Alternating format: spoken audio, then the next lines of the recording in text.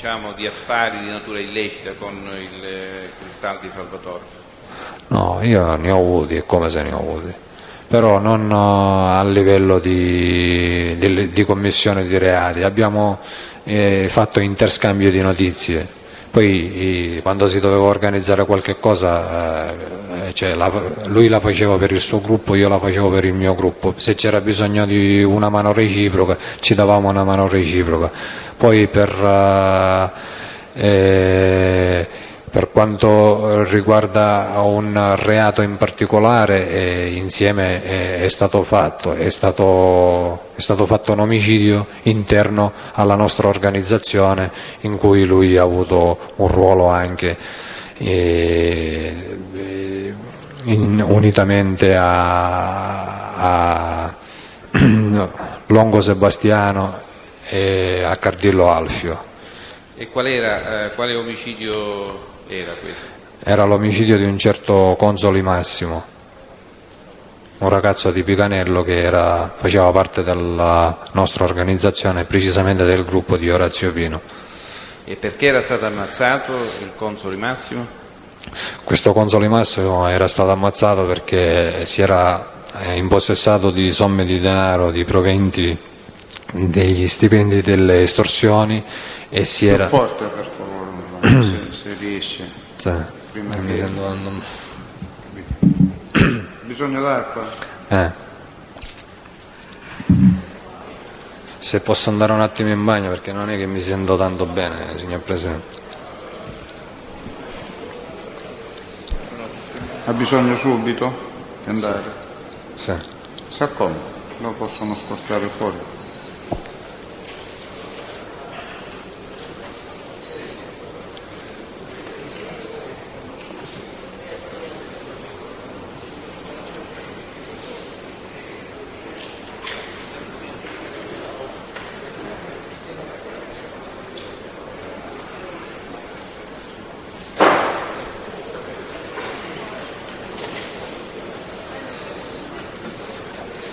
La Spotta, che è il test imputato di reato connesso, ha bisogno di 10 minuti di tempo perché dice... Io però volevo anche delle indicazioni sull'orario, cioè sino a che ora possiamo andare avanti. Questo non devo so dire.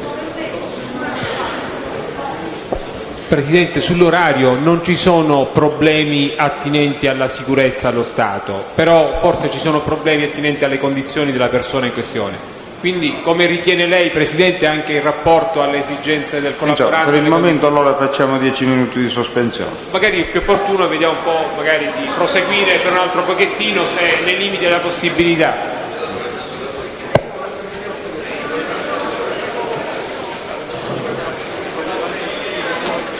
Per favore, il signor Malvagno.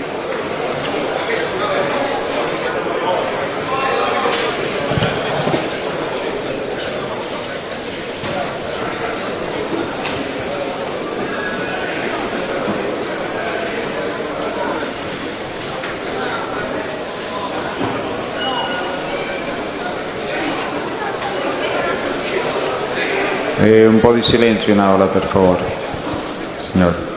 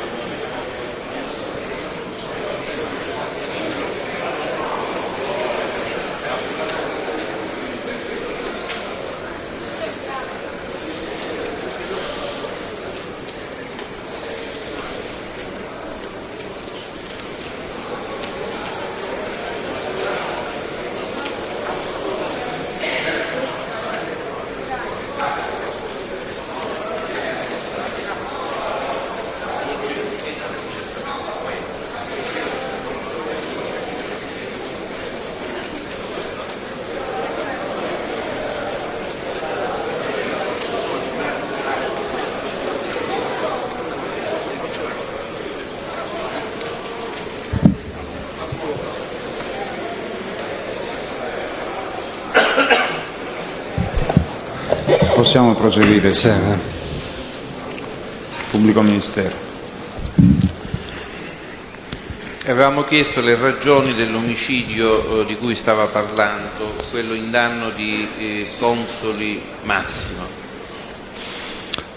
Sì, le ragioni sono state quelle perché questa persona si è appropriata di denaro proveniente dell'introito dei stipendi che ogni mese pagavano gli esercenti sotto estorsione dalla vostra organizzazione, anche perché questa persona aveva avuto l'incarico di raccogliere gli stipendi mensili. Signori, per favore cercate di prestare la massima attenzione perché il test è in condizioni non perfettamente integre, l'abbiamo visto tutti e quindi cerchiamo di avere anche un po' di considerazione umana. Parliamo più forte.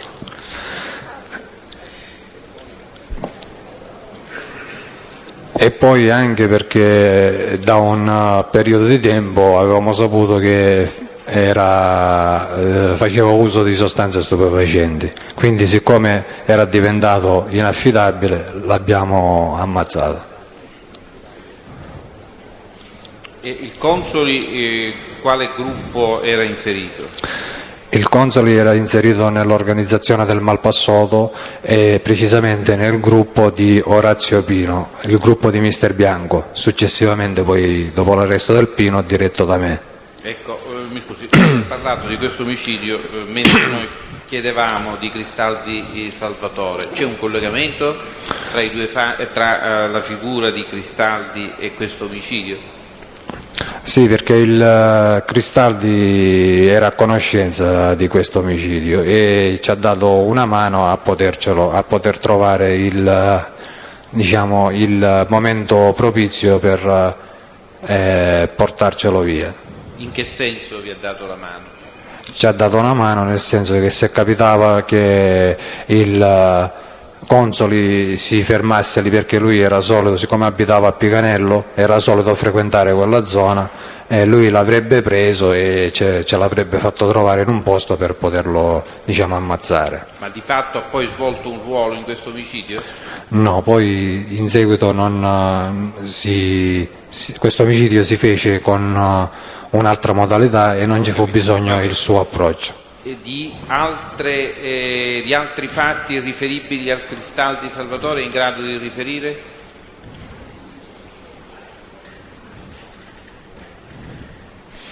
No, al momento un altro fatto è un'altra estorsione che loro stavano facendo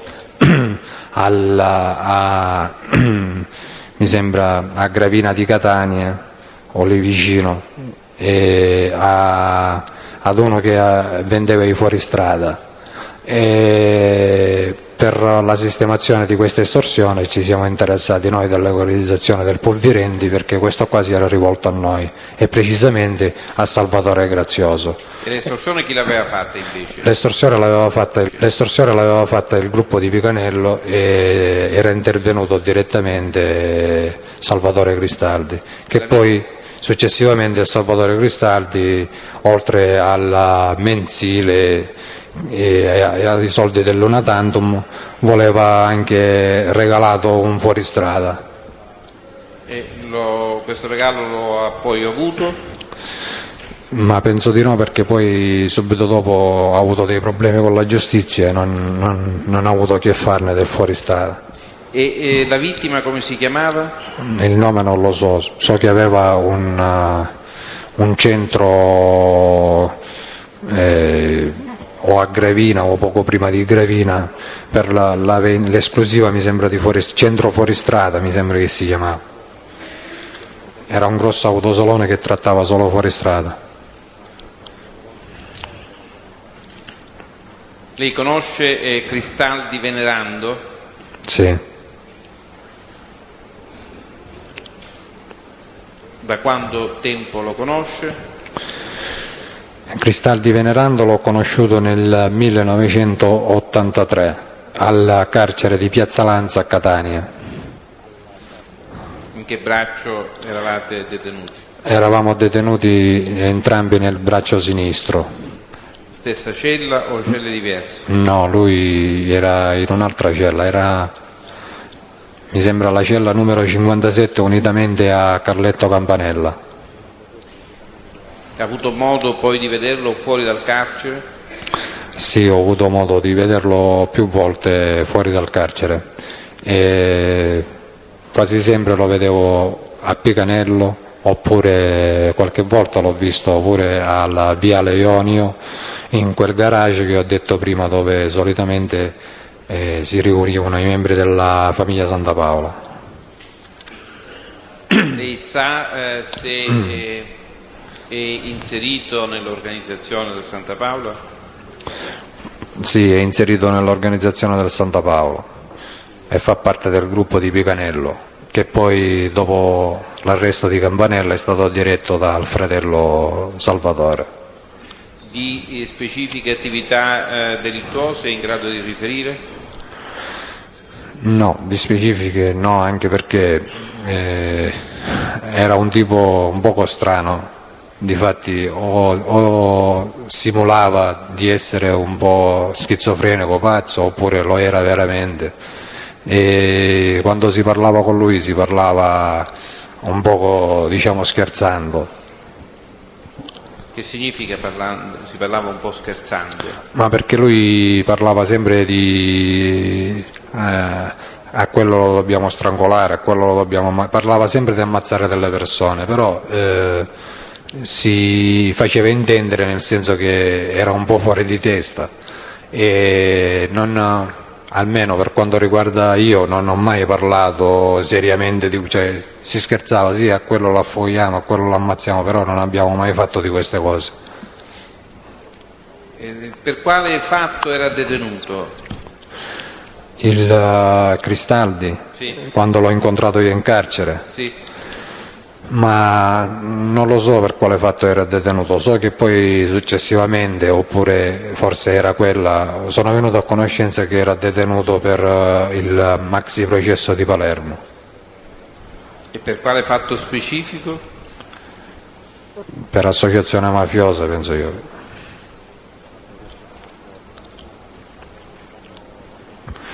E già all'epoca, quando l'ho conosciuto io, lui dentro il carcere simulava, ogni tanto si faceva venire le crisi, spaccava tutto, cioè più che altro non è che diciamo era malato, simulava e si voleva fare passare per pazzo, e poi fuori portava anche, diciamo, questo tipo di atteggiamento.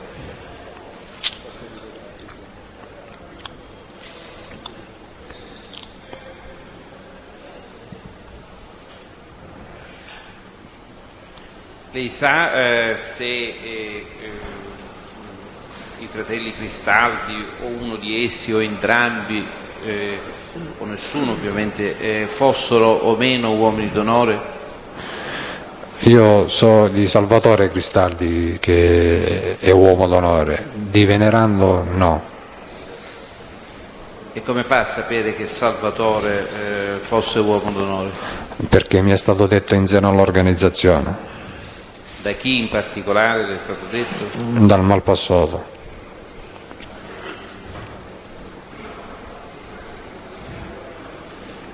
Lei ha avuto modo di incontrarlo nel corso di riunioni con appartenenti all'organizzazione del Santa Paola? Sì, ho avuto modo di incontrarlo, come ho detto, non erano proprio riunioni, nel corso di frequenti rapporti che si avevano con gli esponenti della famiglia Santa Paola, e precisamente al Viale Ionio, in quel garage dove c'era l'officina autorizzata a Renault.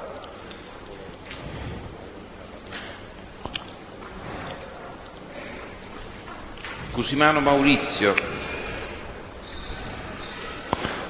Cusimano Maurizio? No. Curispoto Edoardo? Sì. Quando lo ha conosciuto? L'ho conosciuto nel 1992. E l'ho conosciuto precisamente al Motel Agip di Marcello D'Agata. In che occasione? È stato un incontro casuale o avevate appuntamento? No, io non avevo appuntamento con lui, io ero andato lì per andare a trovare a Marcello D'Agata e lì ho incontrato, era solito incontrare ragazzi dell'organizzazione, e lì ho incontrato questo Edoardo Codisfoldi. L'ha incontrato solo una volta oppure lo ha incontrato anche in altre occasioni, anche fuori, diciamo, da questo contesto? Ma no, perché io ricordo l'ho incontrato quella volta. Sa se è inserito in qualche organizzazione? Sì, mi hanno detto che era inserito nell'organizzazione del Santa Paola. Chi gliel'ha detto? Me l'hanno presentati diciamo, i ragazzi che stavano lì e precisamente mi ha detto che era un amico nostro, me l'ha detto Maurizio Avola. E l'Avola le disse se era, cioè è amico nostro cosa significa? Le spiegò cosa significava il termine amico nostro? Ma non c'era bisogno che me lo spiegava, io lo sapevo, se amico nostro significa che fa parte dell'organizzazione. E di qualche gruppo in particolare oppure non sa dare nessuna indicazione su questo? No, questo non me lo disse, mi disse solo che era un amico nostro. Le fu mai detto di singole attività delittuose commesse? No, no. D'Agata Marcello, Sì, lo conosco. ci sa dire da quanto tempo lo conosce?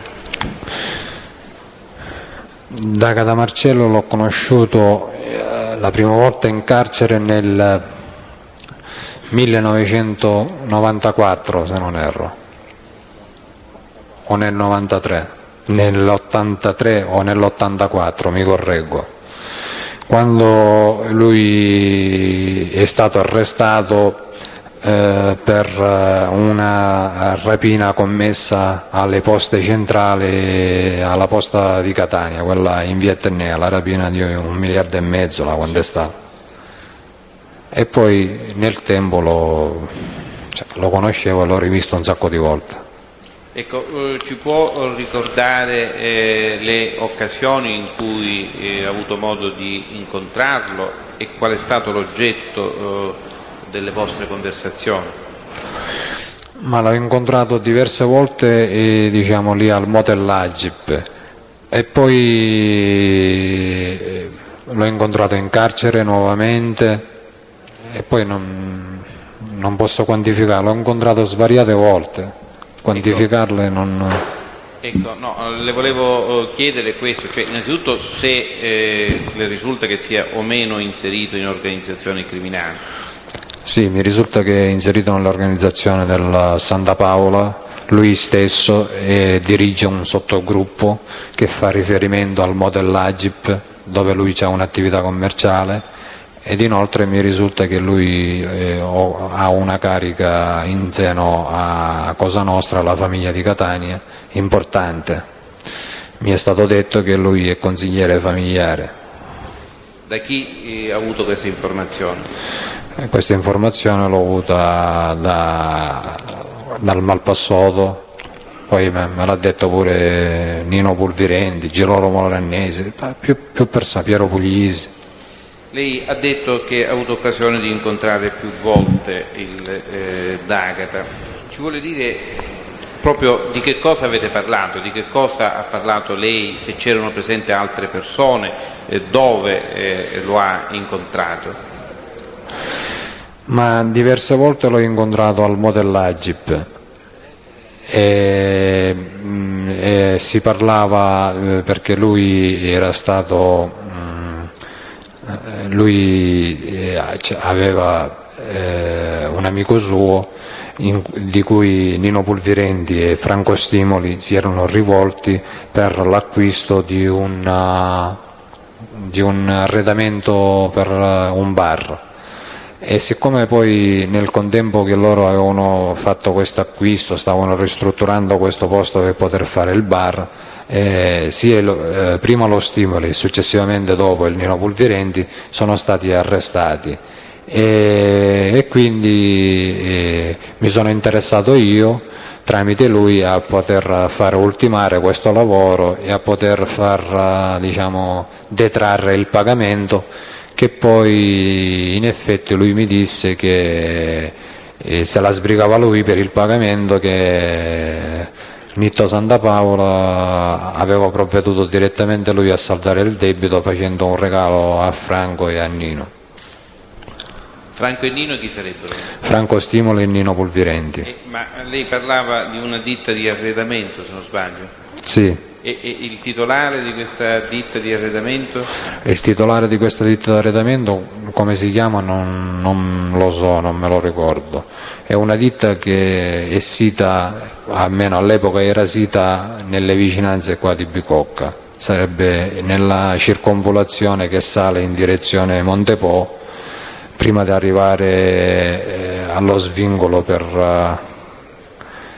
c'è una strada interna che porta in direzione di Motta Sant'Anastasia, dove c'è anche un deposito dell'ACI, lì ci sono dei capannoni e lì c'è questa ditta che fa arredamenti, ci sono svariate ditte e nell'interno c'è anche questa ditta che fa arredamenti per i bar.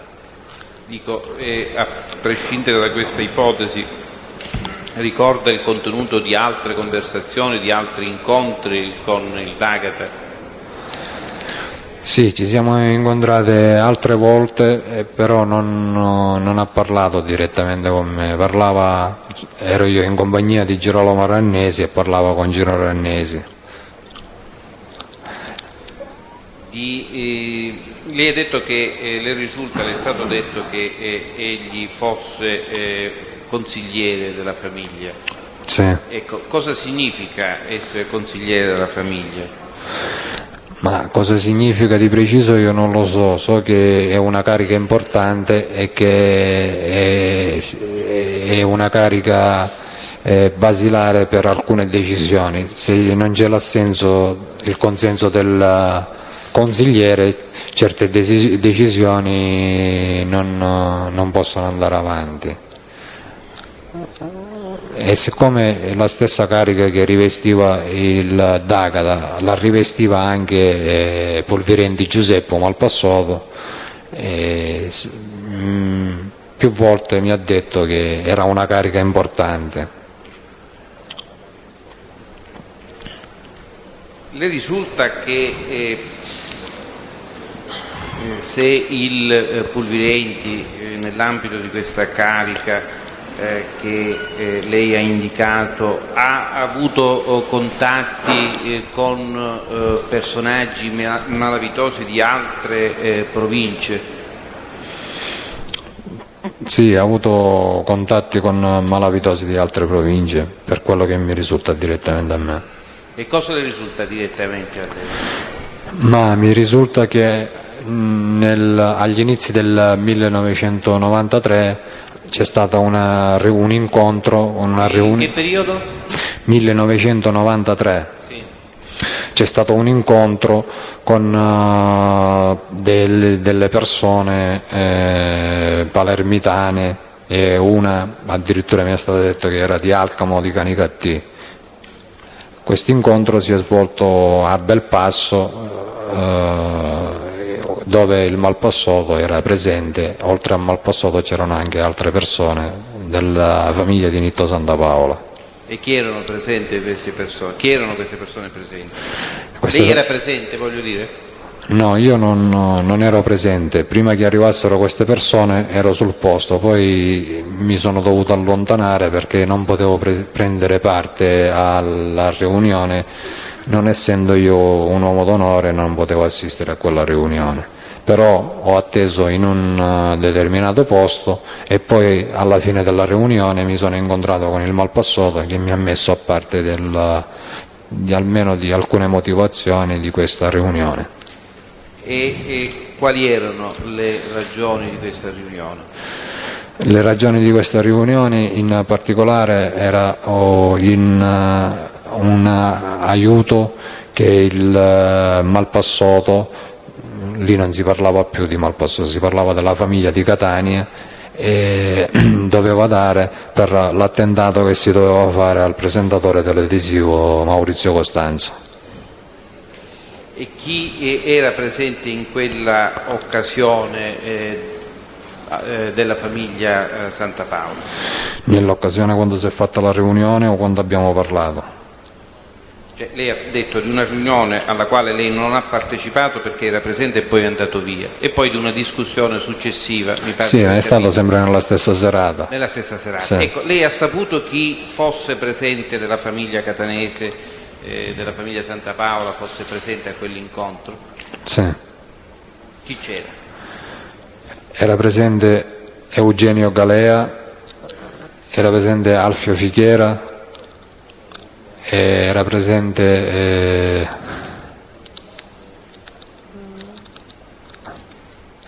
Giovanni Rapisarda. E quale fu l'esito di quell'incontro? L'esito di quell'incontro fu che il Malpassoto diede il suo consenso a poter acquisire informazioni sugli spostamenti e gli usi del presentatore Costanzo, essendo che il Malpassoto aveva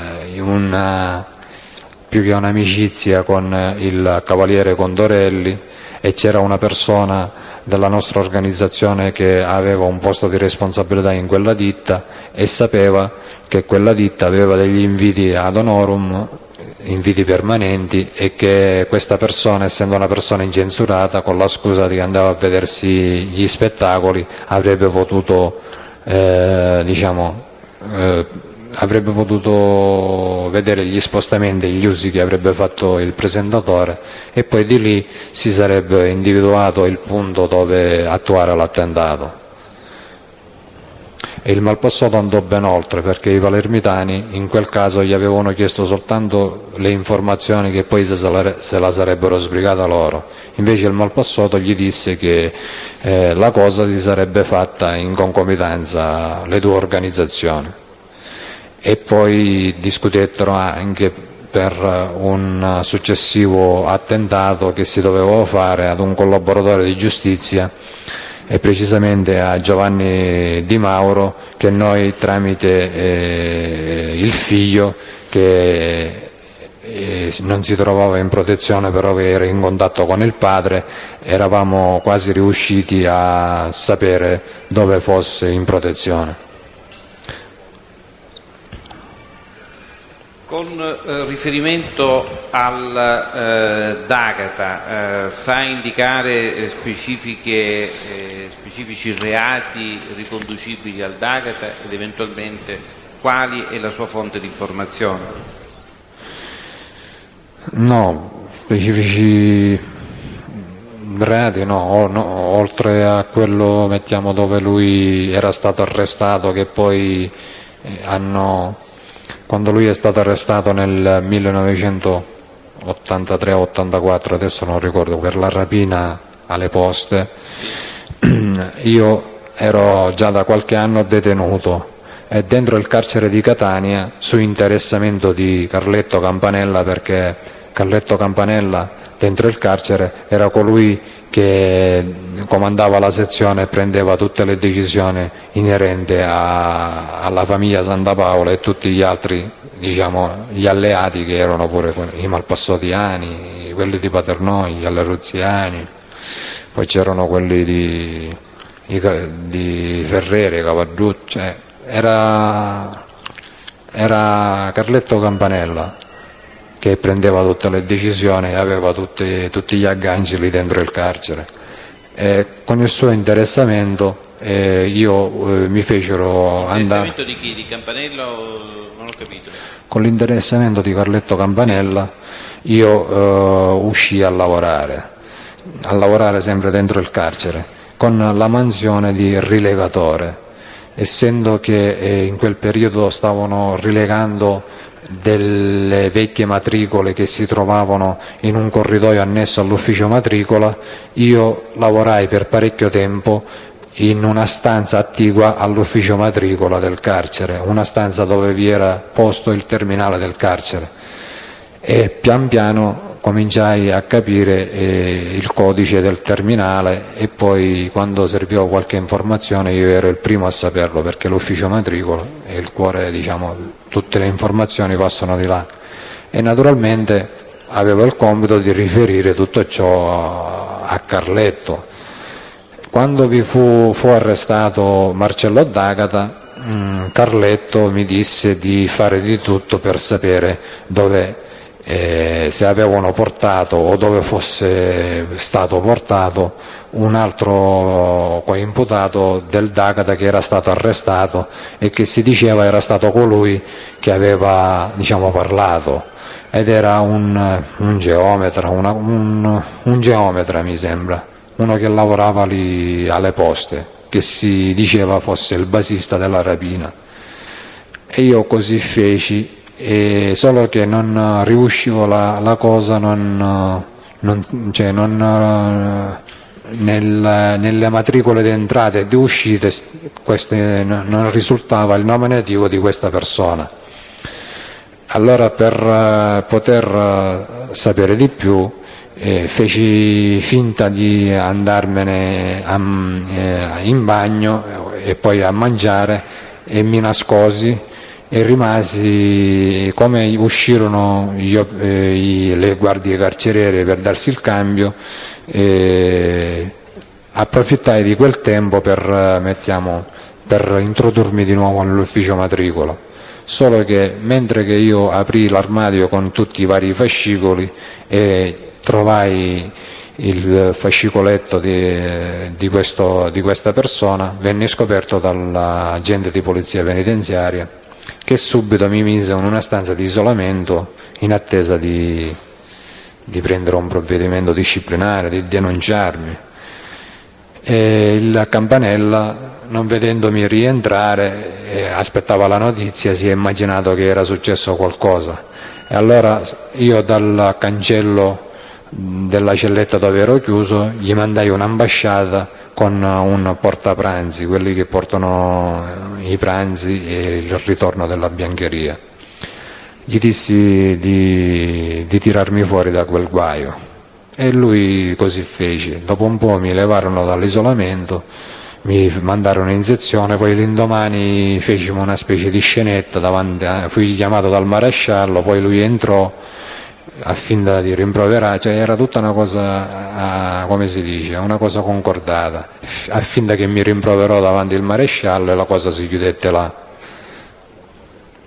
E io seppi che quella persona era stata portata in un carcere qua vicino nel Siracusano, a Modica se non sbaglio. Lei ha conosciuto Antonino Gioiè? No, io non l'ho conosciuto. Io, signor Pubblico Ministero, volevo tornare di nuovo su Marcello D'Agata, perché avrei altre cose, se lei permette. Dica. Poi inoltre ultimamente io ho incontrato Marcello D'Agata nel carcere di Bicocca, e precisamente nella fine del 1993 e gli inizi del 1994. Siamo stati detenuti un poco assieme al reparto infermeria, dopodiché, dopo che ci hanno notificato l'ordinanza del processo Orsa Maggiore, quello che si sta celebrando oggi, e ci hanno dato il divieto d'incontro, e io me ne sono andato, diciamo, alla sezione sinistro, e lui è rimasto al reparto infermeria. E lì abbiamo avuto modo di scambiare 4 chiacchiere, e lui mi ha raccontato alcune cose che riguardavano, diciamo, l'organizzazione, anche perché era un periodo che stavano cominciando insieme all'organizzazione alcune collaborazioni importanti. E lui mi dice, mi raccomando, teniamoli un poco, dice, sotto controllo queste persone, facciamoci sentire vicino prima, perché qua non si sta capendo più niente. E poi io gli dissi ma che cosa si diceva fuori, anche perché lui veniva dalla Libertà, quindi aveva notizie più fresche. Io era 7-8 mesi che ero detenuto, ma questa situazione si sistema, non si sistema? E lui mi disse, fece dei commenti negativi sugli amici di Palermo, i palermitani, dicendomi che avevano un poco voluto strafare, erano andati oltre e che avevano, con queste bombe, questi attentati, questa strategia, avevano solo creato danni all'organizzazione, ma che nel contempo erano arrivate rassicurazioni sempre dagli amici di Palermo che questi guai si sarebbero superati, bisognava solo avere un po' di pazienza, che nel giro di qualche anno le cose sarebbero ritornate come prima e che avrebbero rimesso i benefici penitenziari, cioè le persone non sarebbero rimaste per sempre in galera, anche se si subiva una forte condanna, vi erano sempre gli escamotage per poter uscire. E inoltre mi disse che da lì a poco ci sarebbero state le elezioni e che la nostra salvezza sarebbe stata la corrente politica di Forza Italia. Ma le fu detto dal D'Agata come aveva saputo queste cose, come aveva avuto queste assicurazioni dai palermitani? No, questo non mi fu detto, però era risaputo che il D'Agata, essendo una persona di alta caratura, era colui che insieme ad altri avrebbe mantenuto i rapporti, con i soliti rapporti che ci sono sempre stati con le organizzazioni, l'organizzazione catanese con quelle palermitane. Scusi, Però uno, siccome lui, il D'Agata, quando parla, certe volte parla a mezza parole, certe volte è un po' fino nel parlare, perché dice queste cose non si potrebbero dire, tu lo sai, queste cose così. E allora io, siccome io, non essendo che ero stato fatto uomo d'onore, io ascoltavo sempre, ci calavo, abbassavo sempre la testa, cercavo, se lui me la diceva una cosa io la sentivo, se no non facevo domande, non chiedevo niente. ma mi scusi, questo fatto che era notorio, lei ha detto che il D'Agata assieme ad altri tenesse i collegamenti con i palermitani, le è stato confermato da qualcuno? Dico, come fa lei a dire che era notorio questo collegamento del D'Agata con i palermitani? Io faccio a dire che era notorio anche perché, sì. sì, anche perché in quel periodo il D'Agata era una delle persone perché erano quasi tutti, o chi arrestato o chi latitante era una delle persone, cioè io l'ho dedotto questo qua, non è che c'è stato qualcuno che mi ha detto il D'Agata si è incontrato con questi, perché questo incarico lo avevano, l'incarico di incontrarsi con queste persone di altre province, non ce l'aveva il D'Agata, ce l'avevano altre persone. Chi ce l'aveva?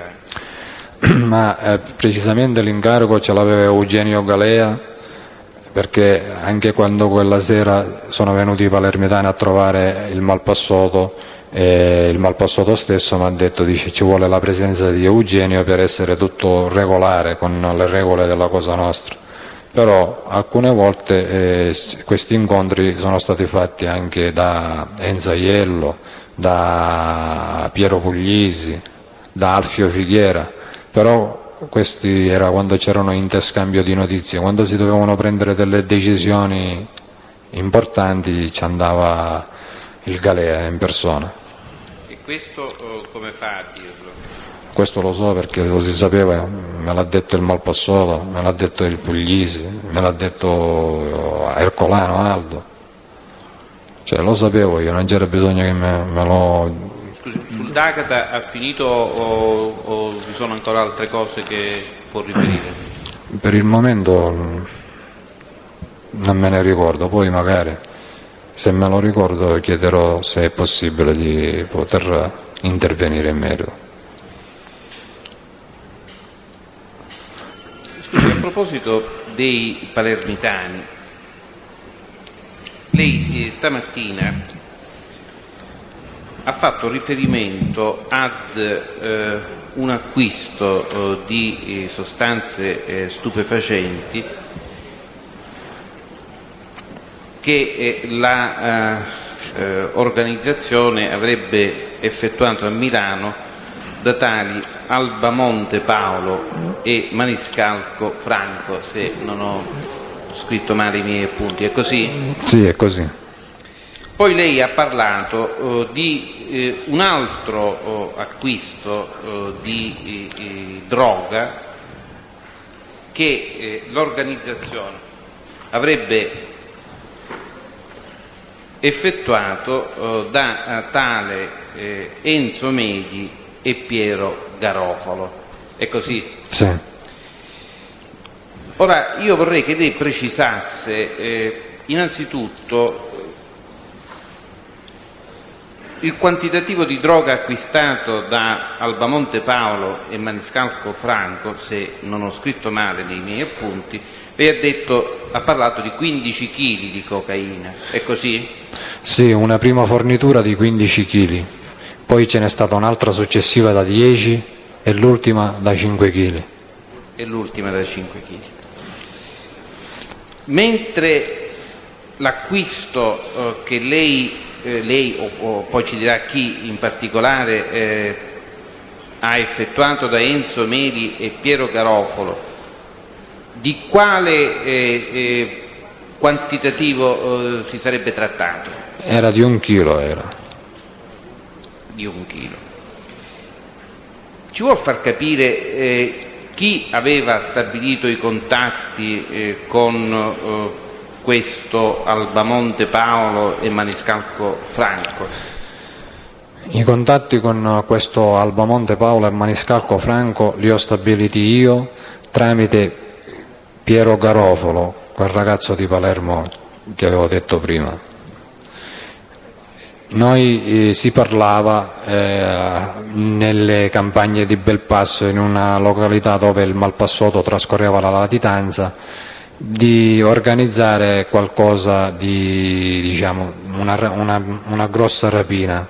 E allora, siccome era il periodo che insisteva il fratello di un certo Tomasello che fa la guardia giurata e che era dedito a fare da copertura durante la latitanza del Malpassoto, lavorava presso la Banca Popolare di Belpasso e aveva più volte proposto di fare una rapina in questa banca. Solo che siccome il Malpassoto aveva preso degli accordi con il direttore di questa banca, gli aveva detto di no. Poi parlando con questo ragazzo Piero Garofalo, che aveva intenzione di muoversi qua nel Catanese, voleva fare affari con noi, queste cose così, con il Malpassoto si parlò di poter fare una rapina, una grossa rapina, e che se lui il Piero Garofalo, lui intervenne e disse che lui aveva delle persone adatte che potevano aprire qualsiasi cavò e potevano fare qualsiasi rapina in banca se noi avevamo qualche infiltrato, qualche persona all'interno che ci forniva determinate informazioni. E allora il Malpassoto disse: se queste persone sono all'altezza di poter fare una cosa del genere, facciamo la Banca Popolare di Belpasso. Dice che quello è una vita che mi stona la testa, mi viene dietro. Così io mi diedi, il Garofalo telefonò a uno dei due, o il Franco Maniscalco, non mi ricordo chi, e disse se ci potevamo vedere, che si doveva parlare di una determinata cosa e doveva venire accompagnato da un amico suo. E così fecimo. Loro ci diedero appuntamento a Milano, noi ci incontrammo a Milano e lì si parlò del più e del meno, di sta rapina, però non è che lì non si concretizzò niente. Poi parlando loro mi dissero se io conoscessi un certo Caudullo Orazio. Io gli dissi che lo conoscevo e che era un amico mio e che faceva parte dell'organizzazione in cui io ero inserito, e loro mi dissero che erano stati detenuti assieme, che avevano voglia di rivederlo. Io telefonai e li feci parlare. Aveva voglia di rivedere chi? Caudullo Orazio. Caudullo Orazio aveva voglia di rivedere chi? No, Caudullo, loro, i palermitani, Loro, ecco, mi deve specificare chi, quali? l'Albamonte Paolo e il Maniscalco Franco avevano voglia di rivedere il Caudullo Orazio, che erano stati per un determinato periodo detenuti assieme. Io gli dissi che lo conoscevo e contemporaneamente lo cercai su un telefonino, non mi ricordo, di Grazioso o di Barbagallo Giuseppe, Pippusicco, perché il Caudullo non aveva telefonino. Dopodiché lo trovai e gli dissi: c'è Orazio? Dice sì, passamelo che gli devo passare degli amici, e li feci parlare. Dopo si parlò di questa rapina, di queste cose, e loro mi dissero che in appresso se ne sarebbe parlato. Quando parla di loro parla di... Loro parlo sempre di Maniscalco e di Albamonte. Sì. Dopodiché ci riproponemmo di rivederci in Sicilia, e così avvenne. Loro dopo, non mi ricordo, 10-15 giorni scenderono giù, noi ci incontrammo in una campagna dove solitamente era frequentata dal Malpassoto e aveva una casa, mangiammo assieme, tutte queste cose, e ci dissero, loro nel frattempo naturalmente pigliarono tutte le loro informazioni, cose, perché loro sapevano che io, poi hanno saputo che io ero il nipote del Malpassoto, queste cose così, e vennero si dimostrarono più aperti nei discorsi. E ci dissero che non era possibile in quel periodo perché avevano degli impegni che non potevano dedicarsi all'attuazione di una rapina così, perché per fare una rapina così ci volevano come minimo 2 mesi, o se le cose andavano per le lunghe anche 3-4 mesi per poterlo organizzare, e loro non avevano questo tempo, ma che in seguito l'avremmo sicuramente fatta. E allora di lì noi, siccome nel frattempo con il Garofalo, io dicevo: ma se questi qua come sono combinati?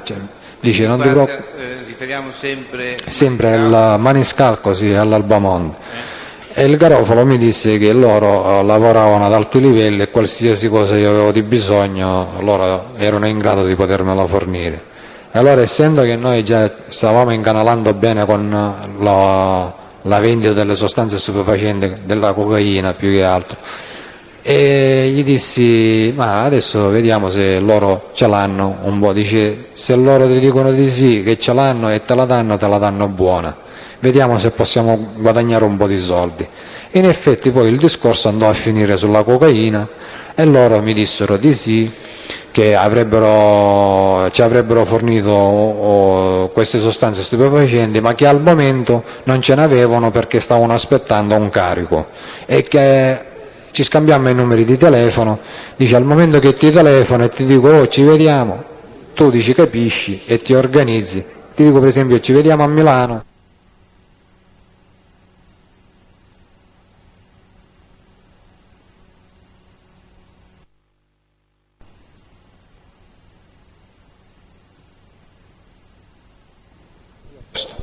E così avvenne. Dopo 1 mese e mezzo, non 40 giorni, ci chiamarono e noi organizzammo il tutto e andammo su, e ci diedero una prima fornitura di 15 kg di stupefacenti. Addirittura noi non li volevamo prendere perché noi gliene avevamo domandato 4-5 kg, solo che loro portatevi questa.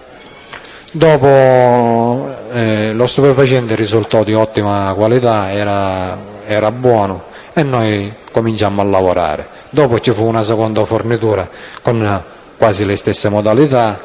La terza fornitura avvenne mentre io ero, latitante, e dopodiché abbiamo chiuso i rapporti perché poi io... Ecco, E quindi lei dice questi due soggetti, cioè a dire l'Albamonte e il Maniscalco, li aveva conosciuti attraverso Piero Garofalo, è così? Sì, l'avevo conosciuti attraverso Piero Garofalo. Naturalmente quando io sono ritornato e ho riferito al Malpassoto, prima di intraprendere a lavorare, a fargli la proposta di darci la cocaina, e nel frattempo che loro ci dissero che erano in condizioni, noi abbiamo avuto il benestare, come ho già detto, di Nitto Santapaola. Piero in persona mi ha detto, dice, con quei ragazzi va, ci puoi lavorare, dice, perché sono amici, anzi addirittura dice, come arriva la roba me ne dai pure un poco a me. E così avvenne. Chi l'ha detto questo? Piero Puglisi.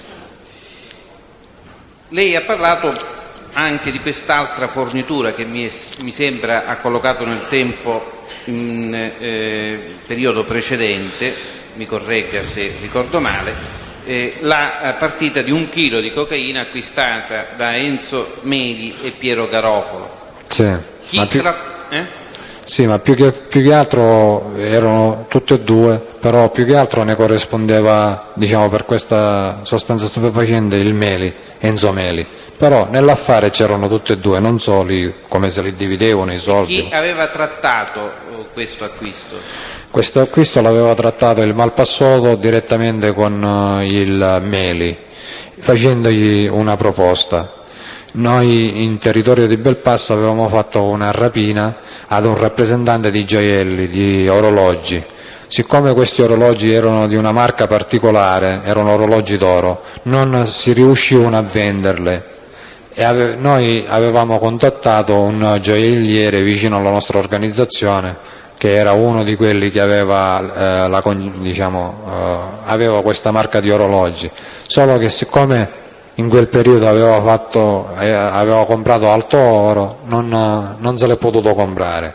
Il gioielliere era quello della gioielleria La Morella di Catania, e quindi il Malpassoto dice adesso, dice, me la sbrigo io, adesso come viene compare Enzo, lo chiamava lui, di Upala e Metano, dice, gli dico se li porta agli amici di Palermo e se nel contempo ci mandano 1 chilo di cocaina, di quella buona. E così avvenne. Noi gli consegnammo gli orologi e loro ci mandarono lo stupefacente. E poi il prezzo conteggiammo sia quello, l'ammontare degli orologi, e altri soldi glieli aggiungiamo noi. E a questo affare chi era interessato, oltre il Malpassoto, questo affare del... Questo affare eravamo interessati, il Malpassoto è stato lui che l'ha proposto, era interessato il gruppo di San Pietro Carenza, e precisamente era interessato io e Savuccio Pulvirenti. Ora, lei ha detto, mi corregga, nei miei appunti trovo che questo Enzo Meli e Piero Garofalo avrebbero agito di nascosto all'organizzazione, è così o ho scritto male? Signor Pubblico Ministero, questi appunti a che cosa fanno riferimento? Alle Appunti dichiarazioni del Malvagna sì, di oggi? Sì. Per essere... Sì. Lei mi pare abbia detto che questo acquisto era avvenuto di nascosto all'organizzazione, ho scritto male oppure... In un certo senso, cioè, era avvenuto così, però forse sono stato male io a spiegarmi, nel senso, non è che loro non avevano specificato a chi davano questa sostanza stupefacente, loro hanno preso chi? il Meli e il Piero Garofalo. Non è che hanno detto questo chilo di cocaina lo mandiamo al Malpassoto a Catania, loro hanno preso questo chilo di cocaina e ce l'hanno dato a noi. Poi non lo so se loro dovevano rendere conto o non dovevano rendere conto a chi si doveva dare questa sostanza stupefacente. Non avevano detto ai loro referenti che la droga veniva consegnata a voi? No, difatti quando... No, significa non l'avevano detto. No, non l'avevano detto. Difatti? Difatti poi successivamente il Piero Puglisi ebbe a dirmi con il Garofalo, dice, con il Meli, quando c'è una cosa, dice, perché questi qua, dice, fanno pure, perché noi giustamente noi facevamo presente tutto, che c'era arrivato il chilo di cocaina, l'organizzazione lo sapeva questo fatto di qua. Quale organizzazione? Sia diciamo i Piero Puglisi, Pippo Grazioso e sia Nitto Santapaolo, lui gliel'aveva detto già a Catania che ci avevano mandato sto chilo di cocaina. E naturalmente il Garofalo si è trovato in difetto e mi ha detto, dice, siccome questo qua, dice, un po', dice, ha la testa al ragazzino. Questo qua chi? Questo qua parlava per il Garofalo più che altro. Prima di fare... Mi scusi, chi l'ha detto allora? Meli sul Garofalo o il Garofalo sul Meli? Non ho capito. No, l'ha detto Piero Puglisi sul Garofalo. Sì, Piero Puglisi, sì, continui. Dice, siccome questo qua c'ha la testa un po' al ragazzino, prima di fare qualche combinazione, dice, aspetta, dice, che mettiamoci a posto con Catania e evita di fare queste cose. Poi nel contempo già loro erano a conoscenza dell'operazione che noi stavamo facendo con gli altri ragazzi di Palermo. E lui mi disse, no, per quanto riguarda quelli là, dice, su tutta altra cosa, è tutto a posto, dice, poi vai tranquillo. Che già vuol dire... Quanto tempo è passato? Ma quanto tempo non lo so, questione di 20, un mese, ma questo Enzo Meli e Piero Garofalo, palermitani o comunque della zona di Palermo, a chi dovevano dare conto delle proprie azioni?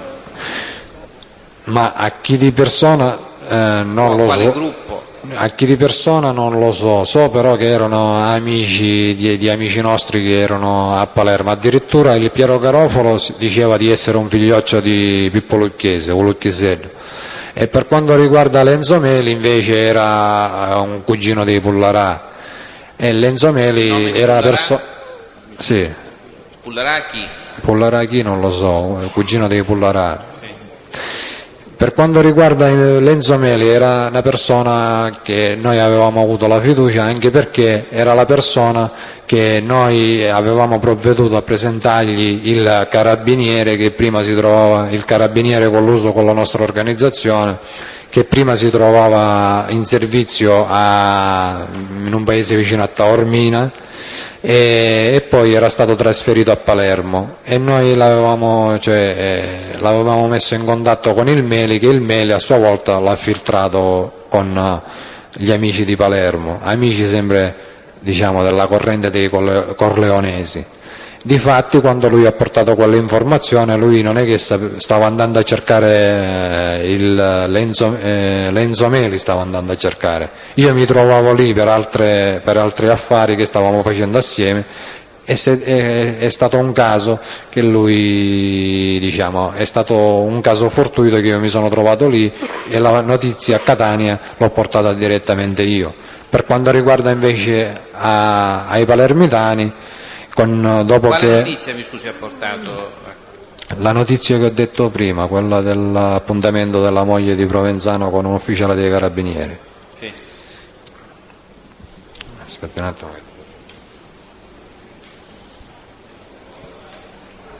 Le avevo chiesto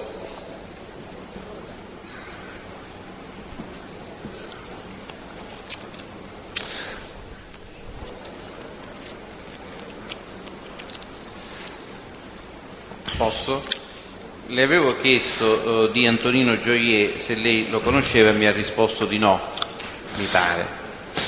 Ne ha sentito parlare nell'ambito della vostra organizzazione? Sì. Da chi e per quale motivo? Ma ne ho sentito parlare da Alder Colano, ne ho sentito parlare da Pippo Grazioso, da Piero Puglisi e dal Malpassato, se non erro. E per quale occasione ricorda? Ma per quale non ricordo, parlavano di lui e di un certo Gino La Barbera come gli amici di Palermo che frequentemente venivano a Catania e c'erano degli incontri, ed essi venivano naturalmente venivano a nome di Reina, Bagarella o Brusca direttamente. E quando venivano a Catania, dove e con chi si incontravano? A parte l'episodio che lei ha raccontato a proposito dell'attentato a Costanzo, dico, sa di altri incontri e dei luoghi in cui avvenivano questi incontri? No, i luoghi non li so. So che si incontravano principalmente con Eugenio Galea, con Enzo Aiello, e delle volte è capitato che c'è stato pure Alfio Fighiera, Piero Puglisi.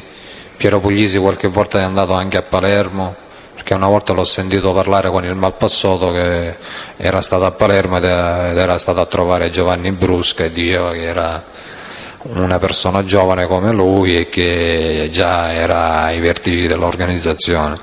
Poi dove si incontravano, di che cosa parlavano di preciso non lo so. Posso dire solo di un discorso che sono venuto a conoscenza di la fornitura di 2 comandi a distanza che è stata fatta dall'organizzazione del Santa Paola agli amici di Palermo. Ecco, vuole un po' specificare questo episodio, cioè si sarebbe trattato della fornitura di quali telecomandi?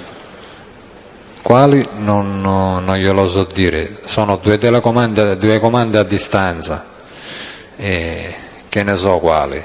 Ecco, Non sono... questi telecomandi come erano arrivati a Catania? Sì, questi comandi a distanza erano arrivati a Catania e precisamente erano arrivati alla nostra organizzazione, all'organizzazione di Giuseppe Polvirenti. Precisamente si era interessato per far arrivare questi comandi a distanza Giuseppe Grazioso. Non so di preciso per quale canale.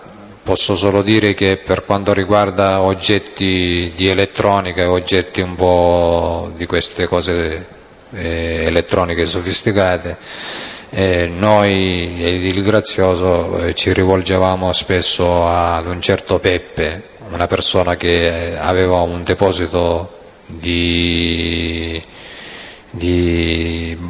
quelle bombole grosse per il gas vicino all'altro deposito di gas di un certo Nino Grasso a Mascalocie.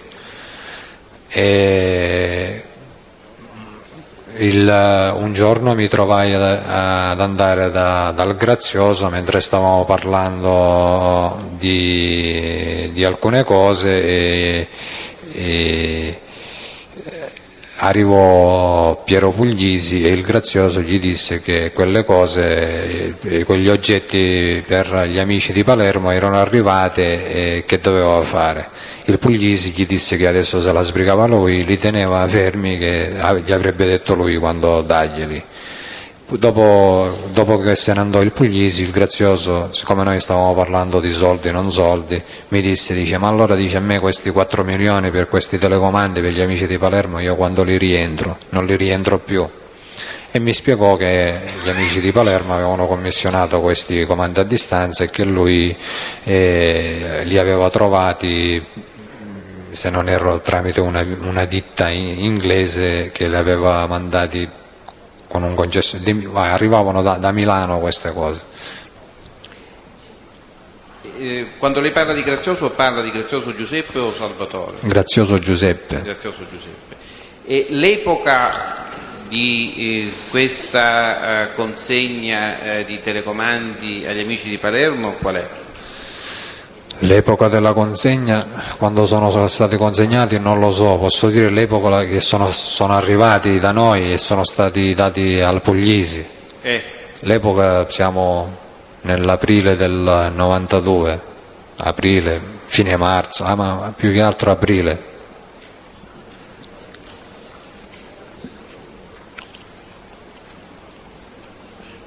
Ci furono altri commenti? Altri? Scusi un attimo. Dico, su questa consegna dei 2 telecomandi a Palermo ci furono nell'ambito della vostra organizzazione altri commenti oltre quelli del Grazioso? Sì, poi in seguito ci sono stati diversi commenti. Dapprima i primi commenti sono stati fatti con il Malpassoto quando successe la strage del dottor Falcone e poi successivamente quella del dottor Borsellino. E poi successivamente ci sono stati dei commenti direttamente con il Pippo Grazioso, che era preoccupato dopo il suicidio di Antonino Gioè, che con quelle cose dice, che gli abbiamo mandato, dice, vediamo se dobbiamo passare i guai, ma nel senso che potevamo essere coinvolti nelle inchieste sulle stragi. E ovviamente dico, sono questi commenti successivi alle stragi. Sì, successivi. Lei poc'anzi ha ricordato il commento di Marcello D'Agata che in carcere gli avrebbe detto che i palermitani erano andati oltre il limite, mi pare di aver capito. Si è fatto spiegare cosa significava erano andati oltre il limite? Sì, lui, spiegare non c'era bisogno, perché come ha parlato io l'ho capito che cosa oltre il limite, nel senso che loro, i palermitani, con quelle bombe, con tutte quelle stravaganze che avevano fatto, volevano sottomettere lo Stato. Dice, ma che volevano veramente cambiare le cose totalmente così. E secondo lui non condivideva forse tutta la serie di attentati o qualcuno. Questo qua io non gliel'ho chiesto, lui mi ha fatto quel commento, io ho detto, ma che ne pensi tu? Dice, però non ti preoccupare perché le cose si sistemeranno, così. Addirittura lui mi dice, sono arrivate rassicurazioni dagli amici di Palermo, dice che a partire dal 95 in poi, dice, le cose si cominceranno a risistemare, toglieranno il 41 bis, metteranno di nuovo i benefici penitenziari per il 416 bis e dice, gente con l'ergastolo, dice, non ne muore in galera, si uscirà di nuovo. Mi scusi, lei ha mai sentito la sigla Falange Armata? Sì, l'ho sentita questa sigla. L'ha sentita da chi e in che occasione? L'ho sentita questa sigla su un incarico che io ho avuto dal Malpassoto di fare delle telefonate di minacce al sindaco, l'ex sindaco, adesso non so che cosa fa, l'attuale sindaco di Mister Bianco dell'epoca, Nino Di Guardo. Mi disse di fare queste telefonate e poi in ultimo doveva essere detta la sigla Falange Armata, perché in quel modo si confondevano un po' le acque e si doveva far capire una specie di ritorno al terrorismo. E poi mi disse anche di un progetto più ampio che si doveva fare nei confronti di altri politici e persone delle istituzioni. Mi disse pure che queste cose queste strategie venivano concordate dai palermitani e mi spiegò inoltre che i palermitani erano molto più avanti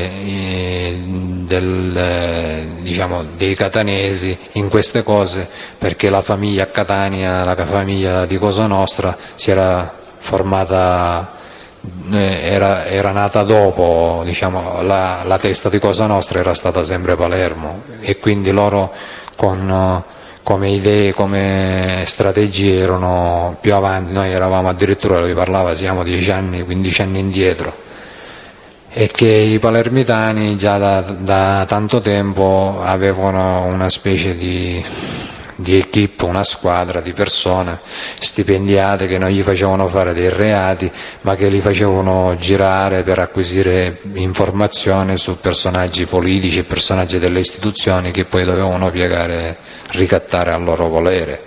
E mi disse che questo progetto doveva anche essere attuato a Catania.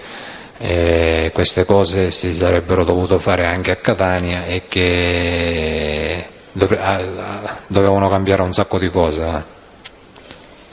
Mi scusi, con riferimento alla Falange Armata, dico, questo discorso ulteriore si riferisce alla Falange Armata oppure a un altro progetto? Non ho capito, dottore. Cioè, io le avevo chiesto all'inizio della Falange Armata e lei mi ha riferito l'episodio della telefonata fatta al sindaco di Mister Bianco, poi ha riferito di altre cose che il Pulvirenti le confidò in merito ad una strategia che i palermitani avevano attuato e volevano attuare, avevano attuato a Palermo e volevano attuare anche a Catania. Ecco, ma tutto questo discorso ha collegamento con la Falange Armata oppure è un altro discorso? No, questo discorso aveva collegamento con la Falange Armata, che queste operazioni di minacce e di disturbo più che altro non dovevano essere degli omicidi, lui diceva, dovevano essere dei sequestri, li dovevamo sequestrare, far uscire dalle ville, bruciargli le case davanti, cioè una cosa che colpiva proprio gli interessi familiari, cioè una cosa che restava impressa. E queste operazioni poi naturalmente venivano fatte travisate, incappucciate, dovevano essere rivendicate con quella frase della Falange Armata. Che lei sappia, dico, sì. lei sappia, dico, a parte l'episodio suo della telefonata che ha fatto lei, nell'ambito della organizzazione è stata di fatto utilizzata altre volte questa sigla per accompagnare minacce o messaggi? Sì, un'altra volta è stata usata, è stato segnalato una falsa bomba ad non mi ricordo se era il tribunale o a un obiettivo strategico, ed è stata rivendicata con la sigla Falange Armata. Ero io davanti quando Salvuccio Pulvirenti diede incarico a Angelo Lazzaro, un componente del gruppo Pulvirenti, a fare questo tenore di telefonate. Mi scusi, l'epoca di queste indicazioni ricevute da Pulvirenti riesce a stabilirla? Sì, siamo alla fine del 1991. Per essere più preciso, poi dopo poco tempo, non mi ricordo adesso, 10-20 giorni, un mese, si sono fatte le telefonate al sindaco di Mister Bianco, di cui io ho avuto l'incarico. Non ho sentito, mi scusi? Per essere più preciso nel tempo, per collocarla più precisamente nel tempo, io ebbi questa impartizione dal Malpassoto poco tempo prima che poi iniziai a far fare le telefonate al sindaco di Mister Bianco, Nino Di Guardo, perché li feci fare io personalmente tramite un ragazzo del mio gruppo, anche perché sapevamo che queste telefonate venivano puntualmente registrate, anche perché il sindaco di Mister Bianco era sotto tutela, e noi tramite una persona delle forze dell'ordine a noi vicina ci contattò e ci disse: ma che cos'è questa storia? Perché oltre a quello lì si minacciava, cioè nelle telefonate di minaccia si minacciava di far saltare il palazzo, queste cose così, e ci dice: guarda che lì dentro ci sono agenti di polizia, ci siamo pure noi. Dice: ma che è questa storia? E il Malpassoto poi, incontrandosi con questo poliziotto, che per l'esattezza è il maresciallo Fogliani, si fece dare delle indicazioni sugli usi e su delle cose intime del sindaco Di Guardo. Cose che fatte dare queste? Il Malpassoto, cose che poi mi ha riferito e cose che gli ho fatto dire io per telefono alla persona che aveva avuto l'incarico da me di fare queste telefonate. Ecco, ma qual è innanzitutto il Pulvirenti, queste cose da chi le aveva apprese? L'aveva presa dal Fogliani. No, questa strategia dei palermitani, il Pulvirenti, da chi l'aveva appresa? Il Pulvirenti l'aveva preso da Santa Paola, perché verso la fine del 1991 diceva il Pulvirenti che vi era stata una riunione in provincia di Enna dove si erano riuniti i capi famiglia di tutte le famiglie della Cosa Nostra siciliana, e lì si era stabilito una strategia d'attacco nei confronti dello Stato e delle istituzioni. Le fu detto chi partecipò oltre le persone che ha indicato a quella riunione?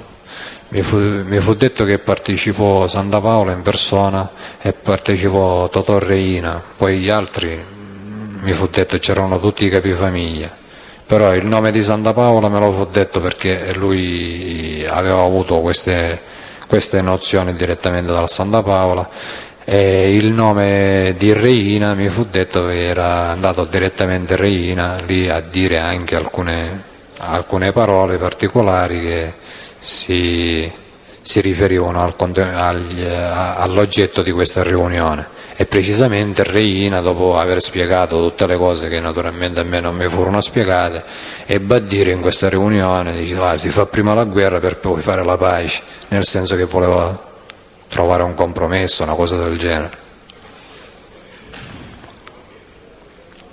Il Pulvirenti era presente a questa riunione? No, il Pulvirenti non era presente.